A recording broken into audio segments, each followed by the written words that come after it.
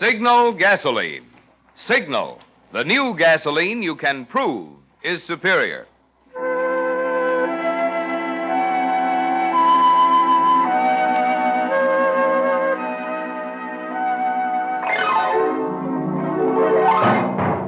The Signal Oil Company and your neighborhood signal dealer bring you another curious story by The Whistler. Tonight, the man who died twice.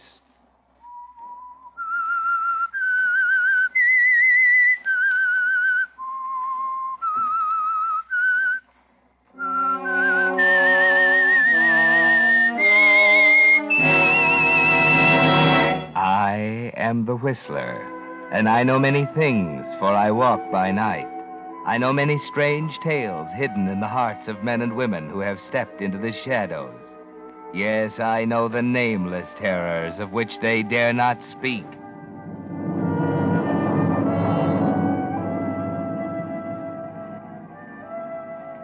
It wasn't until a year or more after his second death that the public learned the facts in the case of Stash Wilk and made him famous posthumously as the man who died twice.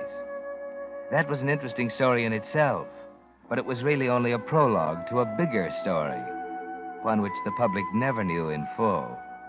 4 people were involved: Stash, his brother John, his lawyer Ben Meadow, and his girl, Eddie Shelby.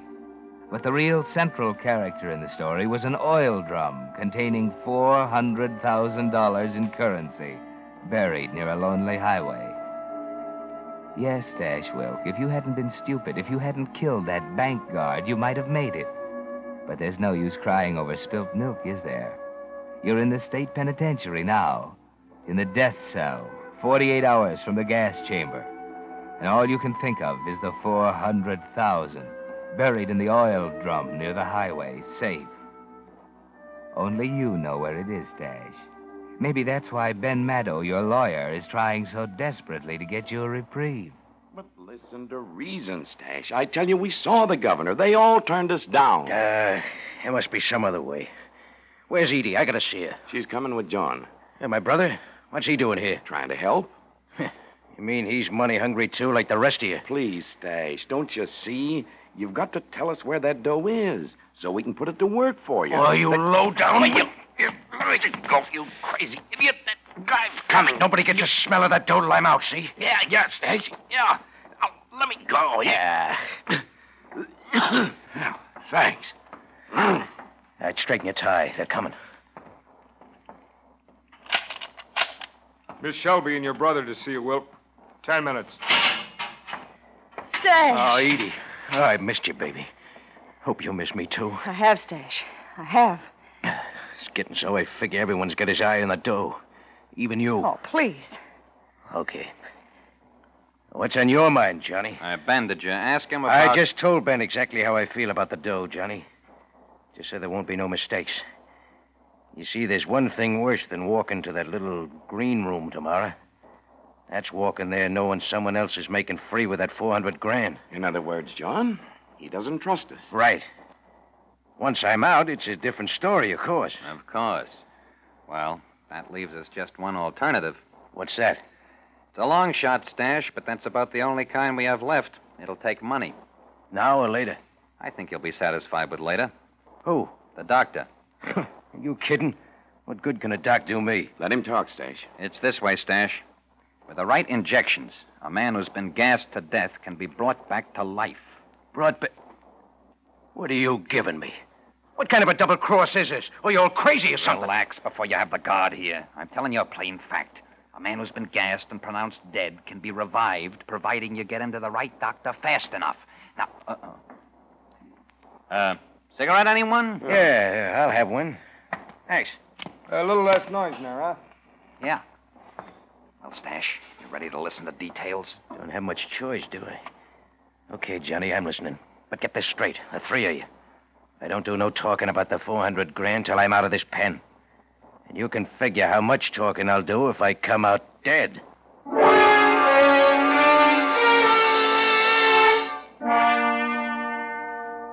Yes, Stash, it's enough to make a man think, isn't it, with death staring him in the face. The guards at the prison noticed the change right away. And the report goes to the warden that with a little more than a day of life left you, you've changed from a surly, scowling brute into a model prisoner. Meanwhile, Ben Meadow and your brother John are making preparations.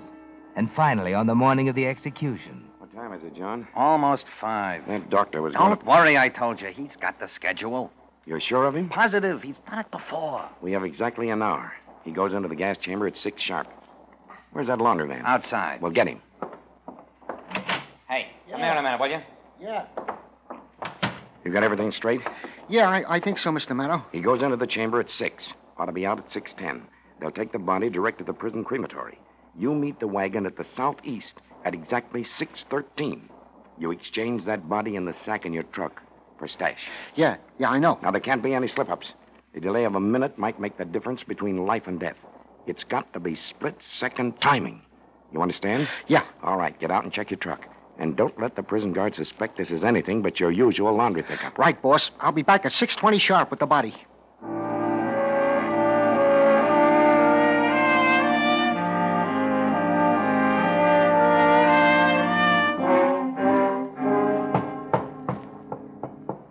Laundryman. Good, I'll give you a hand. Right through here. Okay. Right here. On the table? Yeah. Yeah, here's your money. Thanks. Remember what I told you. Keep your mouth shut. Don't worry. All right, Doctor. Let's go.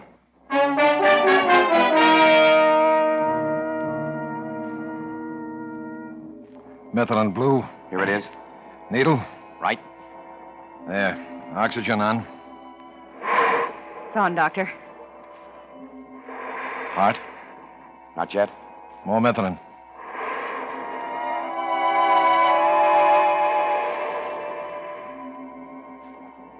Heart. I don't know yet.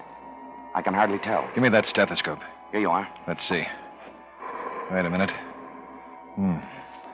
Give him more oxygen. He's starting to breathe, Doctor. How's his heart? Easy. Now down on the oxygen a little. Steady. He's really breathing. All right. We'll keep the oxygen on a little longer. Doctor, is he... Yeah, he's out of the woods. He'll live? He has an excellent chance. Cover him with a couple of blankets. How long before he'll wake? There's no way of telling yet. The main thing now is that he's alive. If his constitution is as strong as I think it is, he'll come through.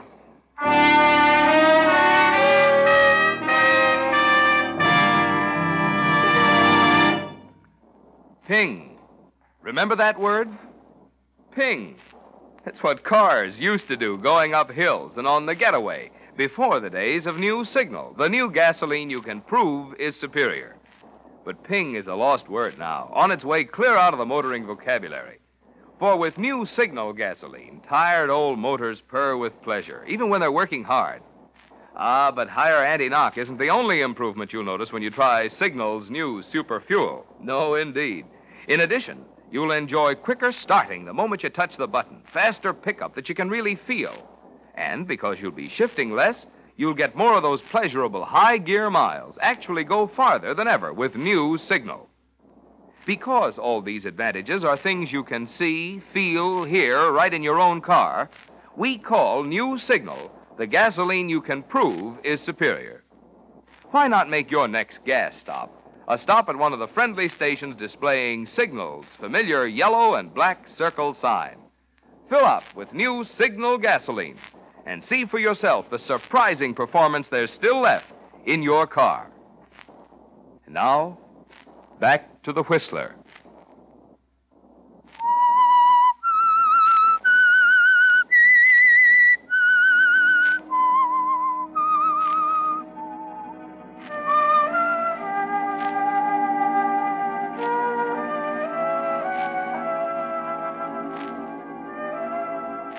$400,000 is a lot of money, isn't it, Stash? It brought you back from the dead, paid for the split-second timing, the calculated accuracy, the medical exactness that turned a one-way journey into a round trip. You remember nothing from the time the paralyzing fumes surrounded you as you sat strapped in the gas chamber. Nothing except a feeling of strangulation the sudden stabbing of a million knives at your chest. And then darkness, a limitless ocean of darkness, in which you lost all sense of time and space and being. Then all of a sudden, there's reality again. There's light coming in windows without bars on them. And Edie's here beside you. I can't believe it, Stash. Yeah, why not? I'm here, ain't I? Oh, I was scared. You were scared. And help me up, baby. Try out these pins of mine. Yeah. There. Ah. Think you can walk? Walk? Baby, I can fly. Watch.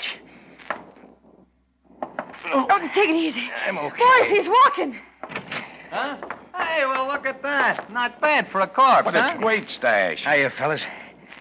Well, when we getting out of here? We're not getting out of here until we make sure there won't be a slip-up. What do you mean? We're going to find you a new face. Huh? A plastic surgeon, Stash. Now, wait a minute. It's the only way. Your picture's been in every paper in the country. You'd be spotted in 2 minutes if you left this house. Will it be much of a job? $30,000 worth. He must be good. He is. Okay, pay him. Let's get it over with. He wants it in advance. Well, lay it out. What's the matter? Ain't my credit good for 30 grand? Hey, take it easy. We worked hard to get you this far, and we want to finish it, but we're broke. What are you giving me? What do you want? An itemized statement of how much it costs to buy your skin? All right, here it is. $5,000 each for the 2 attendants. $1,000 for the other stiff. $1,500. You'll get it back with interest. You know that. Sure. We trust you, Stash. Then what are you after? It isn't what we're after, it's what we've got to have. That $400,000, or enough of it to buy the plastic surgeon and then get us all out of here. But it ain't safe for me to go after it. You said so yourself. That's right, I did, but what about one of us? Or don't you trust us yet? Oh, I don't know. Let me think.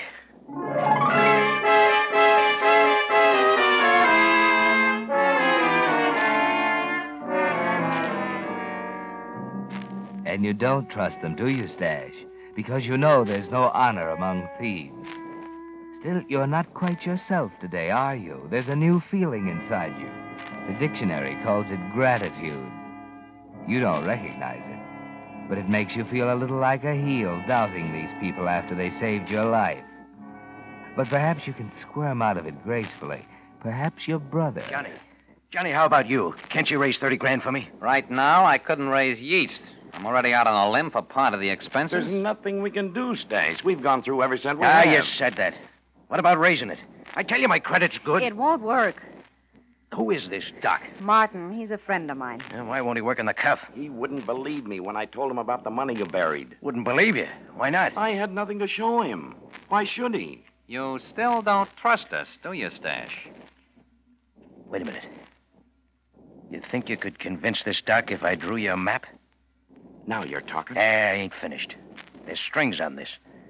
Nobody does any digging till I'm ready to go with you. After the operation. But what about paying the doctor? I think I can sell him on it if I've got a map. He's afraid Stash will walk out on him. He's taken quite a chance, you know. It's all right with me, Stash. What about you, Ben? Nobody goes till I go with you, right? Okay. All right. Give me a paper and pencil.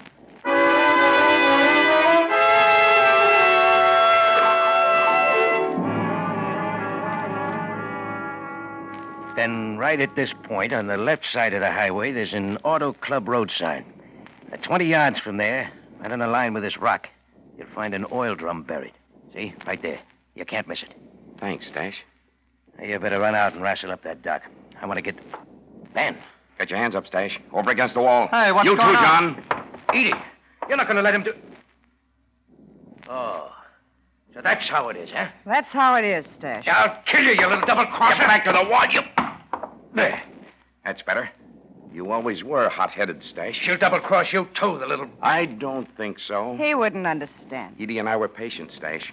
We knew what we were waiting for, and now that we've got it, there's no need to tolerate you or your brother any longer. Ben, listen.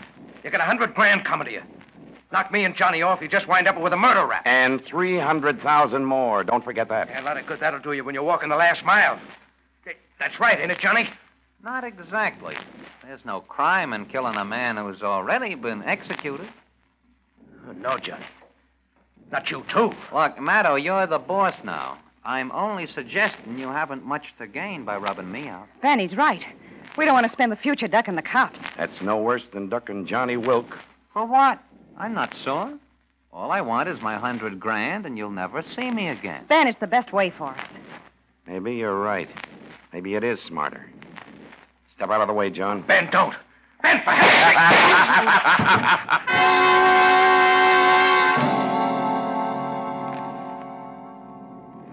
So Stash Wilk died twice, reducing membership in the corporation to 3. Ben Meadow, John Wilk, and Eddie Shelby, each with one eye on the 400,000 and the other on their partners. They're all jittery that night on the way to the spot Stash marked on the map. What are you trying to do, Edie? Kill us all? Don't jump at me. I saw the car. Well, don't drive so fast. You want to get there, don't you? Exactly. I want to get there. I can wait until tomorrow if I have to. Look. Why don't we just take it easy, huh? We can stop at a roadside hotel. I think it's crazy. You're outvoted. May as well slow down. All right. That better? You know, it's funny, Ben. Someday you'll probably fall and break your neck in a bathtub.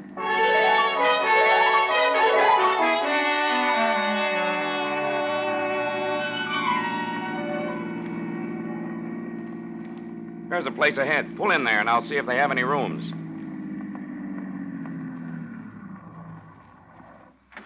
Be right back. He knows better than to leave it. Leave what? Oh, don't give me those sheep eyes, Edie. You had your eyes in his inside coat pocket ever since we left. And don't tell me you're in love with the old goat, neither. You're pretty sure of yourself. I know women. You know me? Yeah? That's nice. Could be a lot nicer with old Graybeard out of the way. Any ideas? A few. For example? Mighty nice layout here. All these second-story rooms with balconies. I don't get it. Just watch me. That's all I've been doing since we met. Sort of like it, Johnny. Watching you. Wait a minute. Here he comes. Hey, what's the dope, Ben? Just talk to the maitre d'. We can get dinner and rooms. Did you reserve the rooms? Not yet. I wanted to check with you first. That's great with me. Come on, Edie. Yeah, I was thinking we could pick up a couple of those view rooms on the second floor. With the balconies? Mhm. Just what I had in mind. Look at that sky, will you? Oh, what about it? Nothing. Except it is going to be a beautiful night, isn't it?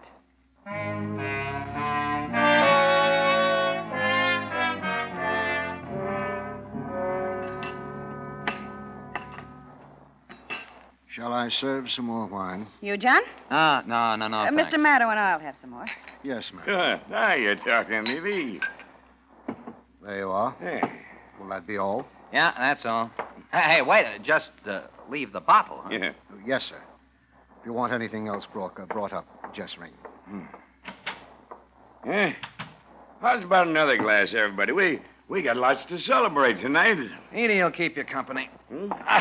I'm going to stretch my legs. Okay, Johnny. Just careful, Ben. You're spilling. Yeah, it's a pretty elegant suite.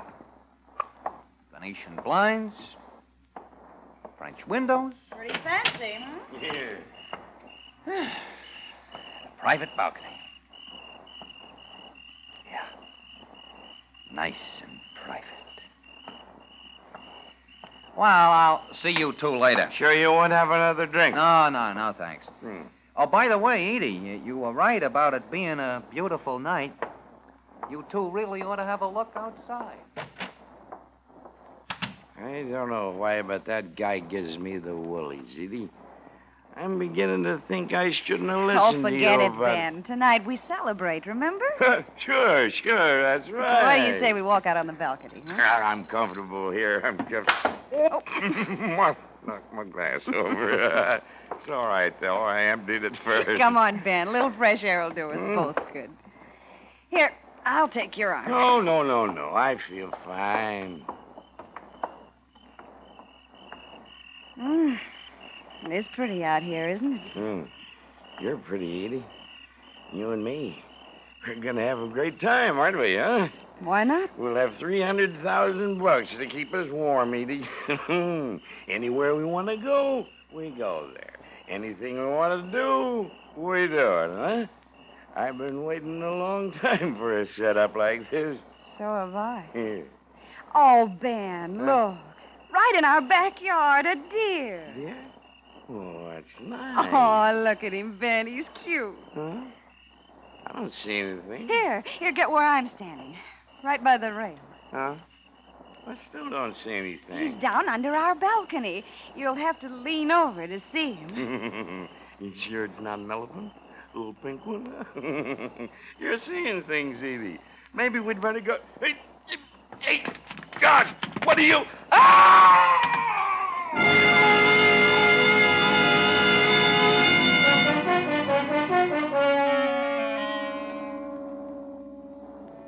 Too bad, Ben. You turned your back once too often, let your guard drop for one fatal instant, forgot for a second that you were dealing with big leaguers, members of the 400 Grand Association. Of course, John and Edie testified the next morning before the coroner's jury. And, of course, the verdict was... The deceased, Benjamin Meadow, met his death from an accidental fall while under the influence of alcohol. And, of course, the other guests of the hotel understood when Ben's fiancée and his best friend left immediately after the inquest. Of course. After all, Edie, you couldn't bear to remain around the scene, could you? Not with Stash's 400,000 buried 50 miles away. We're going to have to be back there tomorrow. Huh? Why? We're not acting like a couple of grief-stricken friends. Somebody's got to claim the body. Yeah, maybe you got something. How much farther? About a mile. Oh, we'll be there soon. Not at the rate you're driving. Nice, isn't it? Two of us alone. Yeah, There's a lot ahead of us with that 400 grand. there's a lot behind us, too. We can forget it. You think so? It'll be easy with you. You're a pretty interesting character, John Wilk. Yeah? Yeah. You've been in the racket, same as the rest of us, but you've never gotten your fingers dirty. How come? I used my head, I guess. For example, see this road? What about it? That's where we're going. I'm using my head. I don't get it. You will? Why are you turning off the highway? This isn't the place. Johnny, what are you doing? Answer me, Johnny. There's nothing here at all. Stop, Johnny. You'll drive us over the edge. See what I mean about using my head, baby? Johnny, why are you getting out?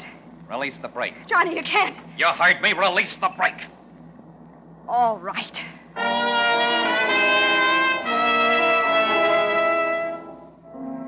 You know what he's doing, Edie. He's too smart to shoot you with that .38 he's holding. The shoulder of the road slopes down for about 10 feet. Then the cliff. They'll find you in the wrecked automobile, and there'll be no telltale bullet holes. You're thinking fast. You've got one chance, haven't you? There, he's behind the car now to start it rolling down the slope. That's it. Into reverse, quickly. Run him over. Ah! I got him. You're going to have to turn around. It's narrow, but you've got to make it, Edie. That's right. Now into reverse. You have to back close to that edge. You have to watch where you're going. Better take your eyes off John for a minute as he lies on the other side of the road. Johnny! No! Keep right on going, baby. Right on over.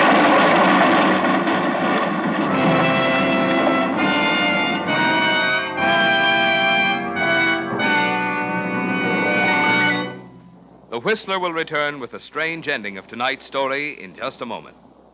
Meantime, let's take a quick look inside the refineries where new signal gasoline is made. It looks like the movie version of a chemist's dream. For here are some of the most amazing devices ever known to science, where the atoms in gasoline molecules are actually separated, then put together in an entirely new way, creating an entirely new type superfuel. That's why New Signal isn't just a pre-war quality gasoline, not just an improved old-style gasoline, but a completely new post-war motor fuel. And that's also why New Signal is packed with amazing new power and performance that's so immediately apparent you can feel it, see it, hear it. Whether you're driving a 1932 Ford or a 1942 Cadillac, you'll know New Signal is the gasoline for your car the moment you step on the accelerator and feel that old motor get young again. That's why we urge you to let just one tankful of New Signal gasoline talk for itself. Let its quicker starting, faster pickup, higher anti-knock, and longer mileage demonstrate in your car why New Signal is actually the new post-war gasoline you can prove is superior. And now, back to the Whistler.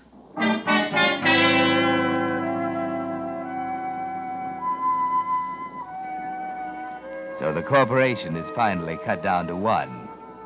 And you're it, aren't you, Johnny? It's been a hard struggle. Your chest is crushed, your right foot mangled. But there's something more important than that. You're just like Stash and Ben. Money comes before anything else. It's the thought of the 400,000 in the oil drum that gives you the strength to half walk, half crawl that last mile to the roadside. Yes, there it is. 50, 16. And there's the rock. 17, 18, 19, 20. Here. Right here. Yes, John. This is the spot you've lied and betrayed and killed to reach. You don't care whether you live or die now. All you want is the sight of those greenbacks, isn't it? You look for something to dig with, a stick or a sharp stone. There's nothing. So you dig with your fingers, claw at the dirt, forget the pain in your hands. Every breath feeling as if you've inhaled a load of razor blade. But at last you reach it. The oil drum, just as Stash had said. The top comes off easily. There. Now. Can't feel it. Light a match. Now. What's this?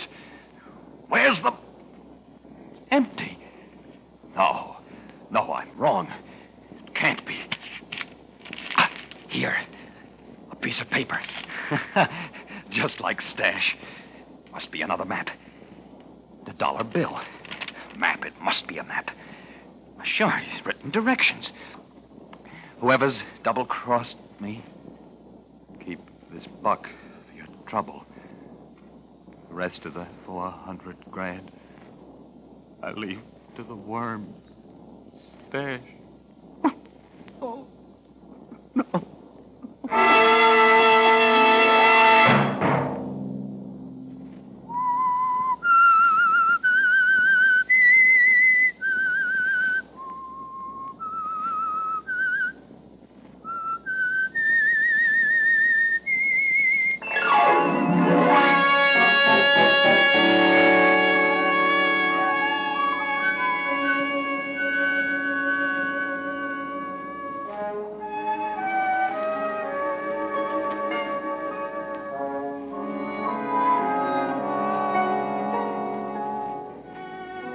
Next Monday at 9 o'clock, the Whistler will bring you another strange tale.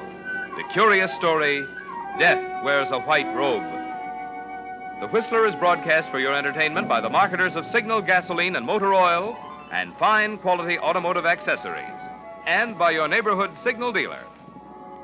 This program, directed by George W. Allen, with tonight's story by Stanley Rubin, music by Wilbur Hatch, is transmitted to our troops overseas by the Armed Forces Radio Service. This is Marvin Miller speaking, and suggesting that you try New Signal, the new gasoline you can prove is superior.